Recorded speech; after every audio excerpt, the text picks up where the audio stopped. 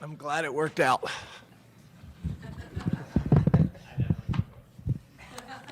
Appreciate everyone joining us for Coach Franklin's weekly press conference. We'll start with an opening statement from Coach, and then we'll open up to questions. Like always, appreciate you guys coming out and covering Penn State football. Really appreciate it. Game captains this week, we'll have Sean Lee, which is awesome having him back. We haven't had him back in a while, so we're excited about that. Obviously, everybody knows his background. Penn State linebacker from 2005, 2009, then 11 years in the NFL with the Dallas Cowboys, two-time All-Pro. So it's great having him back, and then Brad Spider-Caldwell as well. Talk about kind of quick summary of the last game. We won the turnover battle. We won the explosive play battle. We won the third down battle. We won the sack battle. We won the drive start battle. We did not win the penalty battle.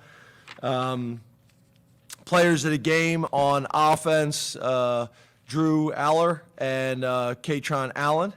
On defense, Adisa Isaac and Abdul Carter. On special teams, Alex Felkins. And then D-Squad players of the week, Matt Dedish and Ethan Black. And on defense, Jake Wilson and George Hlavik. Jake has been Mr. Consistent. He's been phenomenal for us, and having a big role in getting us ready each week to be able to be successful. And then on special teams, Kavion Keys has won it multiple times now. Some positives from the game, dominant win, 1-0. Turnover margin, and respecting the football. We're plus 16 in turnover margin, which is number one in the country. The next best is plus 12 in the country. Starting fast was huge in this game. That first fourth down stop, not only was that a huge play in the game from a momentum standpoint, the first big momentum play of the game, but then also the offense was able to turn that into a first drive touchdown. We won the middle 8, and then our ability to make them one-dimensional on offense, negative 49 yards rushing. They actually just stopped calling runs. We were 3 for 3 on field goals and 6 for 6 on PATs, so that was great. The kickoff return, I think, was a big play in the game, not only from a field position standpoint, but they had just scored, gotten a little bit of momentum, and to be able to respond right away with that play was huge. Third quarter dominance continues. We've scored 97 points in the third quarter and given up 0. And then just Dom DeLuca, I think is just a great example. I've talked about him a bunch, but I think he's just a great example. Has come to Penn State, and every opportunity he's been given, he's maximized them. Doesn't say a whole lot, but you give him a responsibility, he puts his head down, and he gets to work. And he's really been able to take every opportunity that he's been given and maximize them. And when you do that, more opportunities come. I think he's been a great example for our team with that. So big fan of his. Getting into Michigan and Coach Harbaugh, obviously one of the most highly ranked and regarded teams in the country. Talk about them on each side of the ball. Sharon Moore, their offensive coordinator, has done a really good job. This is his second year in this position, but first year without sharing the responsibilities. You look at scoring offense, they're number 1 in the Big Ten and 5th in the country. Passing attempts, yards per attempt, they're first in the Big Ten and 6th in the country. Turnover margin, they're second in the Big Ten and 6th in the country. And then third down, they're first in the Big Ten and second in the country. So really good numbers. The quarterback has been a differentiator for them, completing almost 76% of his balls. Also has the ability to make plays with his feet, either running for first downs, touchdowns, or extending plays. Obviously, we all know about Blake Corum. Roman Wilson's having a huge year when it comes to explosive plays. Their tight end, Colton Loveland, we also have a bunch of respect for, and then their offensive line has won the Joe Moore Award for the best offensive line in college football the last 2 years. So A lot of respect for that unit. Jesse Minner, the defensive coordinator, has done a really good job. You look at their numbers again, total defense, they're first in the Big Ten and first in the country. Rushing defense, they're third in the Big Ten and 10th in the country. Passing defense, they're first in the Big Ten and first in the country. Third down defense, they are second in the Big Ten and 13th in the country. And then scoring defense, they're first in the Big Ten and first in the country. So, really good numbers.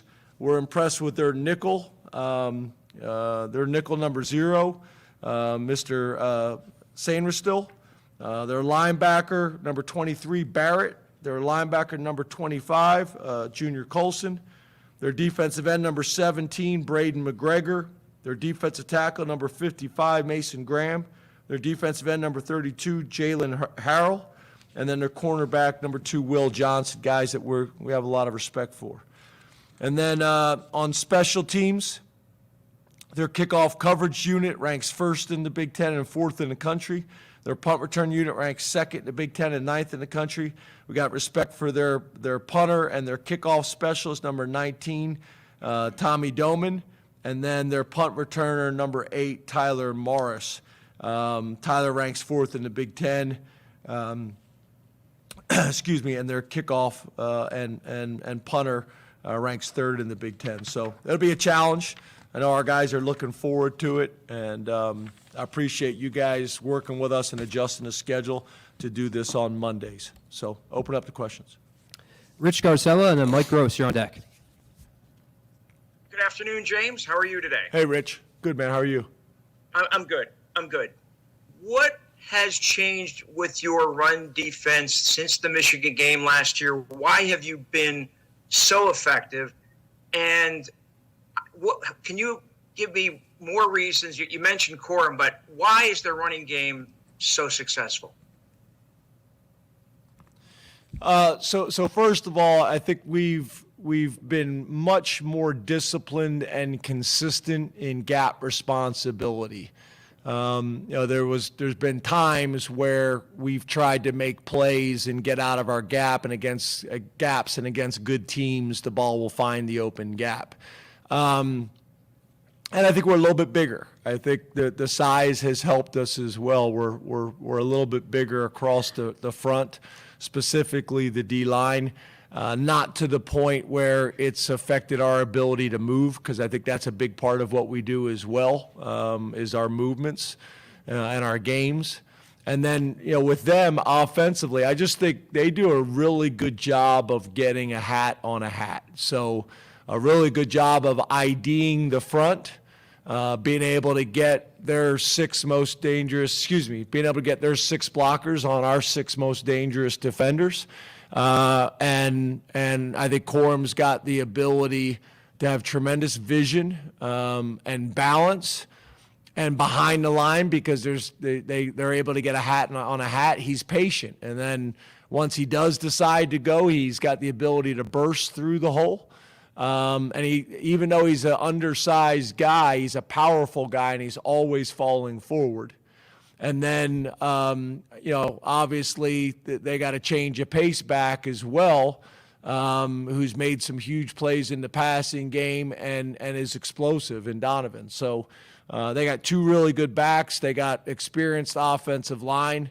They've done a good job being aggressive each year in the transfer portal on the offensive line. So they've been able to bring in experienced guys. I think the 2 guys they brought in, one was a captain at Stanford and one was a captain at Arizona State. So they got veteran guys in that room, whether it's their own guys or guys that they've gone out and gotten. Let's go to Mike Gross and then Johnny McGonigal. Good afternoon, James. How are you? Hey, Mike, how are you? I'm good, thanks. The stuff that's been swirling around Michigan this year has brought the whole idea of signal stealing and signal protecting sort of into our consciousness and into the public consciousness. But obviously it's something that you're always aware of. So the question is, have you had to spend more time on that and deal with that more this year than other years? And this week, more than other weeks because you're playing Michigan? Yeah, I know these questions are going to come this week. I'm going to focus on the things that we can control.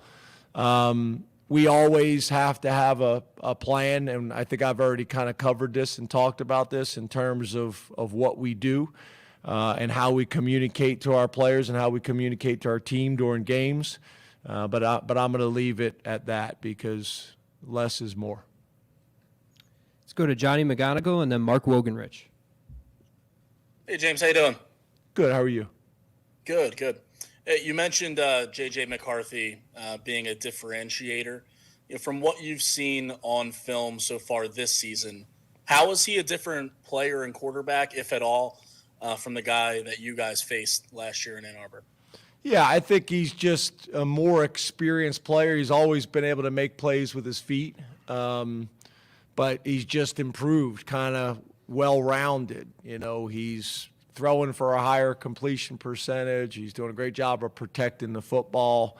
He can extend the play and make big-time throws. I think the biggest thing with them is they really have not been challenged. They've had really good game control on offense and defense. They're usually ahead on the scoreboard for the most part, and they're usually ahead of the sticks on offense and defense.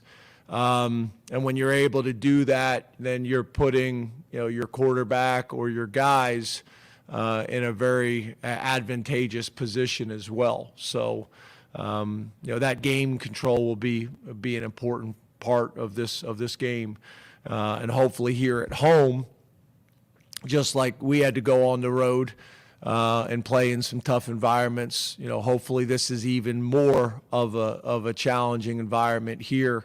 I just got off doing a quick call, and somebody asked me about the 12 o'clock game compared to the 7 o'clock game, and I actually think sometimes the 7 o'clock games, the whiteouts and things like that, they can be a little sleepy. It's late at night, guys are tired. The 12 o'clock game, I think, is going to be a much better environment because between the coffee, Dunkin' Donuts coffee, and then between the sugar from the donuts, our fans will be ready to go. We'll be in that stadium early because we're a morning group anyway. So it's going to be ideal, but I hope that the environment will also be something that's going to be difficult and cause some challenges, because when you can get penalties and get people behind the sticks, they have not had to play that way a whole lot this year. So that'll be a big part in the game. Let's go to Mark Wogenrich and then Frank Bodani. You're on deck.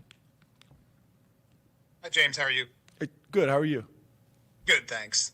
What impact did Chop have off the field at Maryland, and could he return Saturday? Well, first of all, I think it's very telling, right? When we talk about our depth, that we have two of our better defensive ends out of that game in Chop and Amin, and then specifically Chop, maybe our most explosive defensive player. Having him out of that game and still be able to play the way we played. So the opportunity and the possibility to have both of those guys back this week will be significant. I thought being able to travel him was big, not only from a rehab standpoint to get him with our trainers and doctors, but also from a morale standpoint. That was something we talked about in the locker room, of not just finding a way to get a win and playing well, but also playing for Chop with his inability to play last week. So we're hopeful to have both of those guys back. Let's go to Frank Bodani and then Corey Geiger. Hi, James. Good afternoon to you. Hey, Frank. How are you? Good. I was so good. Hey, good. I was waiting to see your face. There you are. I know, I lost you. You're breaking up. I know you embrace your running back. Can you hear me? Yeah, it's better now. Now you're just pausing because I'm talking at the same Can you time hear that you are, because it's a delay. This is tough today, but I hope you can get me here. You're not in your I normal know, place. I know you embrace your running back company. You're not in your normal room and place. I'm not. I'm in the office, which is causing some issues, but we're going to get through it. Great Wi-Fi at that office. I know you embrace your running back. It's terrible. It's terrible. That's a story for another day. I'll shut up. So I know you embrace your. I know you embrace your running back combination. Is there a way that this can look where you will go with a lead guy at this point in the season? What would that look like? And is Katron close to possibly getting that status?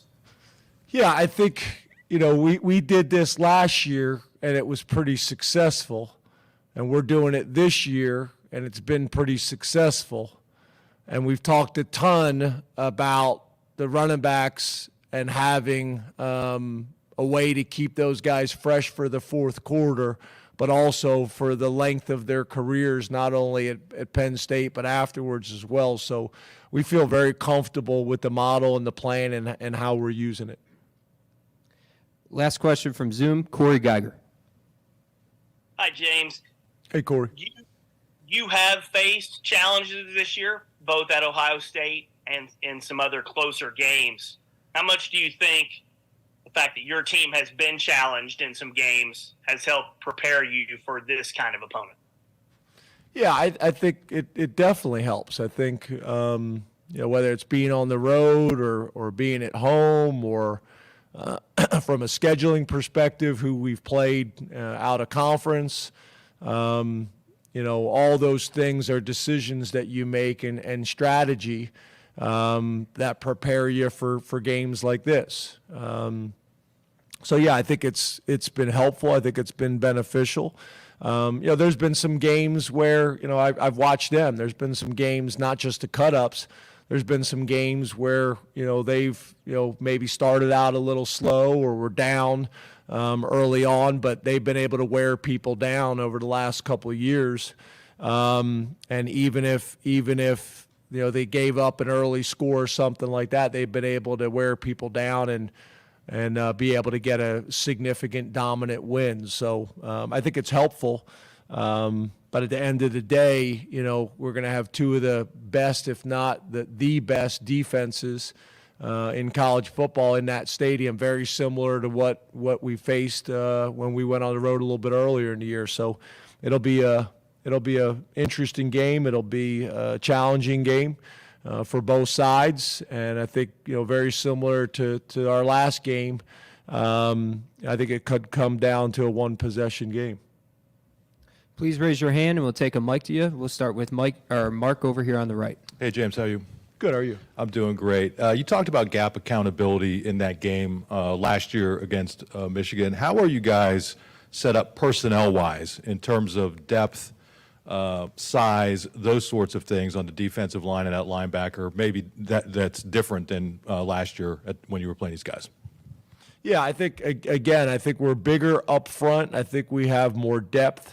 I think sometimes, again, they do a great job of getting a hat on a hat and the backs being patient. So sometimes you feel like you've been in your gap long enough and now you want to go make a play on the ball, and their backs have been patient enough and their line and tight ends have done a good job of getting a hat on a hat and being inside out and prying a crease. And, Corum's shown that he doesn't need a whole lot of space. He doesn't need a whole lot of room to get the job done. So I think we're better positioned for that. I think we're bigger and more experienced at linebacker. Last year, we were pretty inexperienced at linebacker.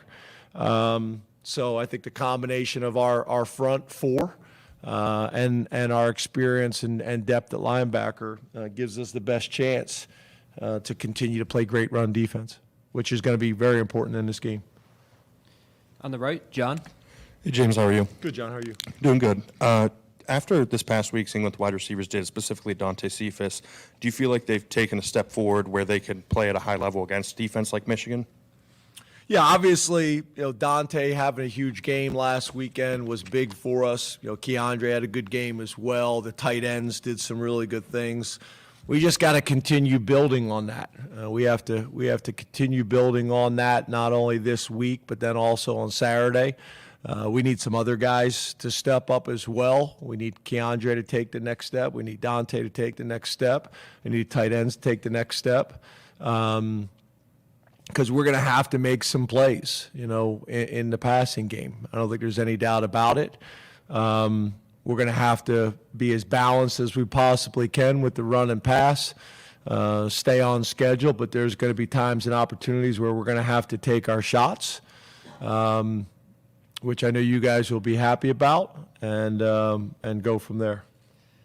Back left, Andrew. Hey, Coach. Andrew. I want to circle back to a question I poorly asked on Saturday. Drew had probably, or maybe his best game of the season. He was also at his loosest during that game and after that game. Do you think the looseness came from a result of performance, or the performance came from a result of him being loose and feeling better about himself? What is your looseness metric gauge? So I'll explain. He was smiling. If you look back through photos, he was smiling from ear to ear for all 60 minutes. He just seemed like a happier, looser guy when we saw him on the sidelines. And is that response of how he played, or do you think that contributed to his performance? Yes.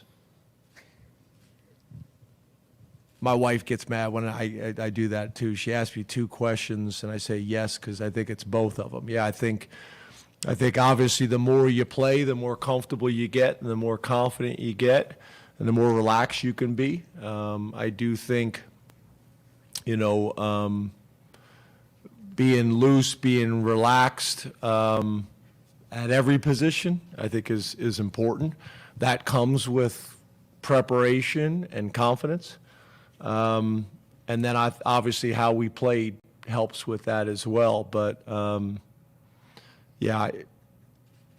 besides that, I don't know if I have a whole lot more for you, but I think it's both, right? On the right, Tyler. James, your final quarter of the season, you've got 7 offensive linemen engaged by design right now. JB's back, and Caden was obviously able to get back. Is this setting up for the final stretch essentially ideal for your offensive line and the availability and experience that you've accrued there? And how do you think that they can finish out this season based on what you've seen lately? Yeah, I do think that helps, and this is kind of your question, but going in a little bit different direction as well. I think we've also done a good job of managing the roster in terms of there's some guys that not sure how much they would have played in enough games throughout the season that burning their red shirt would have made sense. So we've done a pretty good job of managing it now that here at the end of the season, we should be able to play even more guys, specifically at the home games, because we don't have the issue with how many guys you're traveling. So there's some offensive linemen like Donka and Javen that I could see playing, more as this season finishes up, starting this weekend. And that's at other positions as well on linebacker. Kavion Keys was all over me on Sunday after practice about wanting to get on the field, whether that's on defense or on special teams. And the reality is I think a lot of those guys could have and would have played this year, but I'm always struggling with, do they get enough reps that it makes sense? That was my concerns with Jameel Lyons.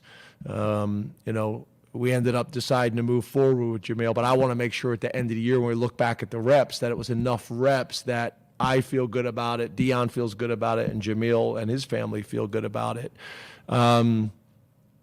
because there will be value for that moving forward. And then with the offensive line, specifically to your question, yeah, I think Shelton's gotten a ton of reps. I think Venga's gotten a ton of reps, which has helped, I think, keep both of our tackles fresh and healthy for most of the year. The easy thing would have been to say we're just going to leave Olu on the field, but getting Shelton over to left tackle, which is where he's most comfortable, I think has also helped Olu. Same thing with Venga. Venga being able to get reps at both guards on both sides of the ball, which again isn't always easy for guys to do that, to be able to go to both sides and get in different stances and have different opposite footwork. So yeah, I think that's been valuable. And again, hopefully with these other guys, getting some reps as well, that may help us even more moving forward. Way in the back, T. Frank. T. Frank. Hey, James, I'm going to ask you about your defensive tackle size again. Just kidding. Sorry. Clearly didn't read the room.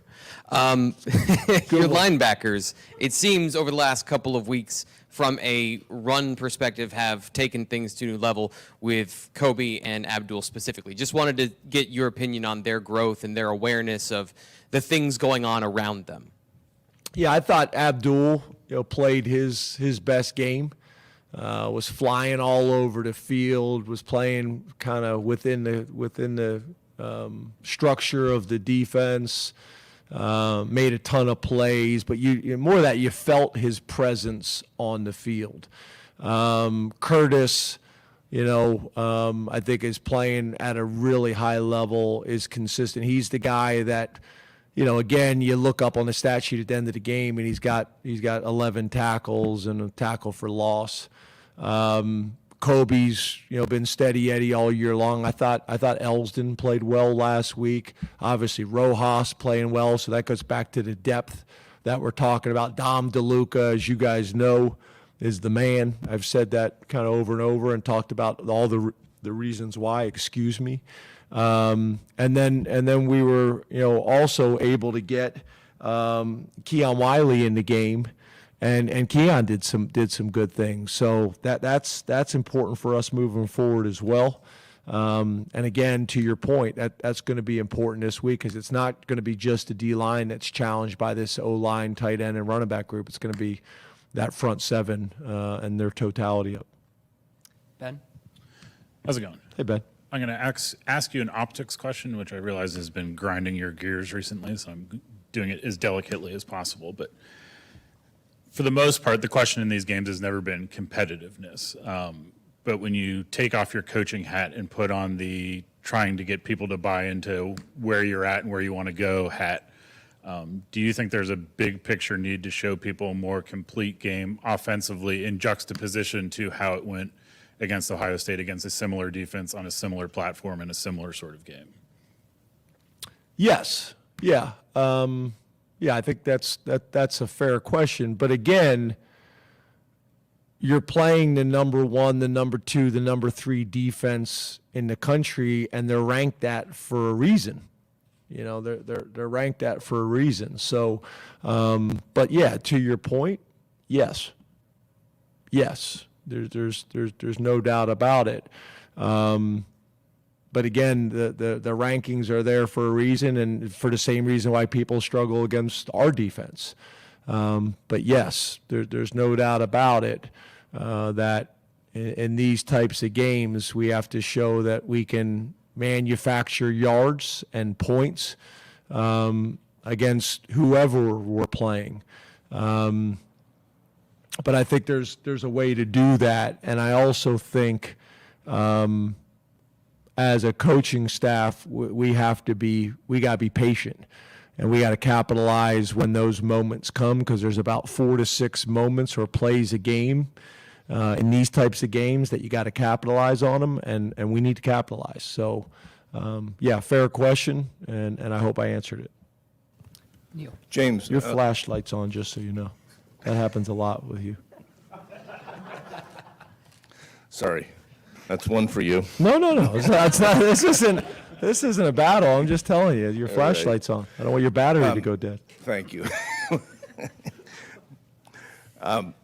Last year, maybe not the final score, but you guys were, pretty in the game. Maybe, like you said, 4 or 6 plays away. How much can you take away from that in building some confidence for this year? Yeah, I think that kind of goes back to what I was saying a little bit to Ben's question is that's where I think we're going to have to be patient. I mean, could this game turn out to be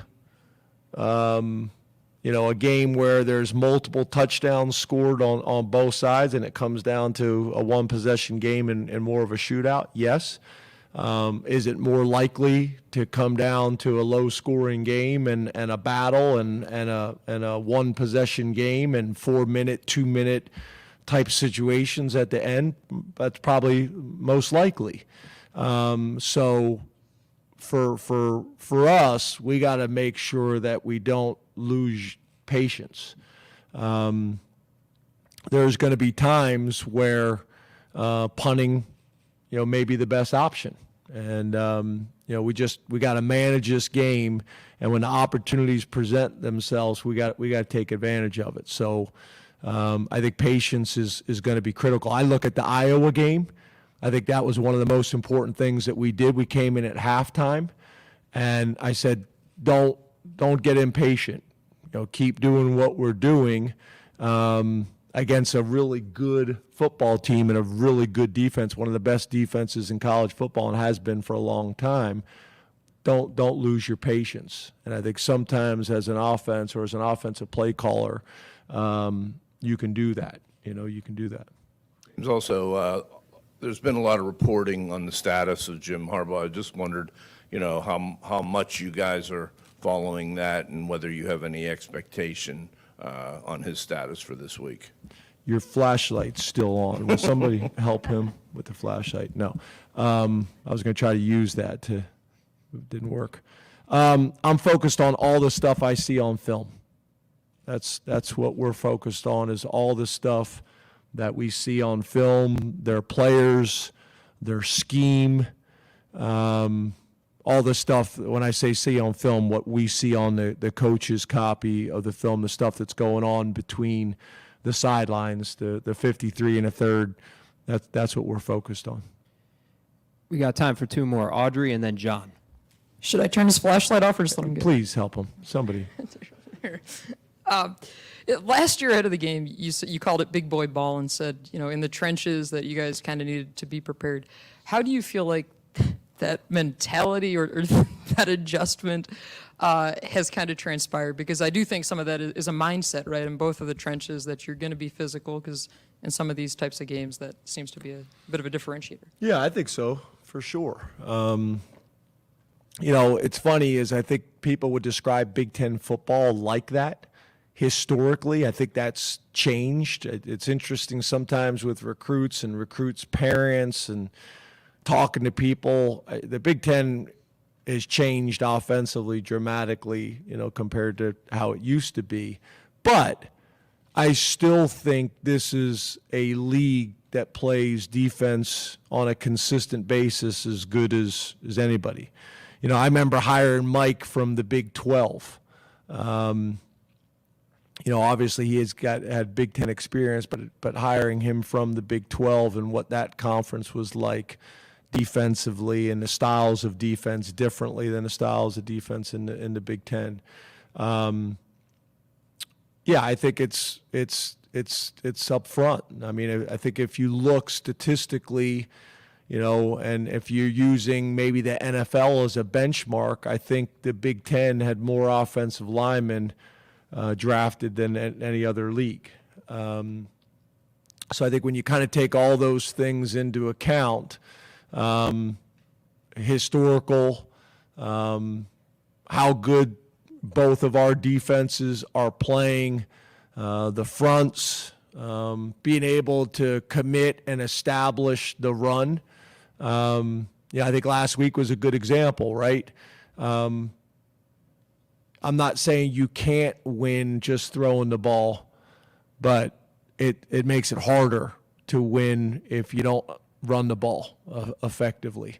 So it's going to be a big boy game. I don't think there's any doubt about that with both front sevens, whether you're talking about the offensive line, tight ends, and running backs, whether it's the defensive line and linebackers. And then everybody's trying to find a way to get an extra man into the box, to stop runs or to create pressure. So it'll be an interesting chess match, for 4 quarters. It's going to be the physical game. Your flashlight is back on again. Yeah, no big deal. It's just information. But yeah, it's gonna be a physical game up front. I don't think there's any doubt about that. You turned it off, and then I think it came back on.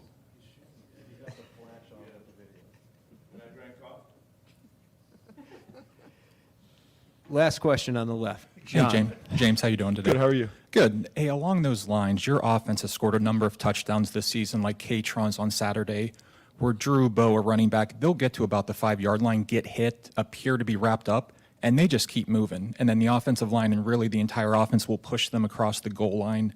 That attitude and that mentality of playing to the whistle, do you believe that says something about your offense that perhaps doesn't show up in the numbers? And if so, what? Yeah, I think that's really important, right? To finish blocks with a physical, nasty demeanor, to finish runs with a physical, nasty demeanor, and to finish plays with a physical, nasty demeanor.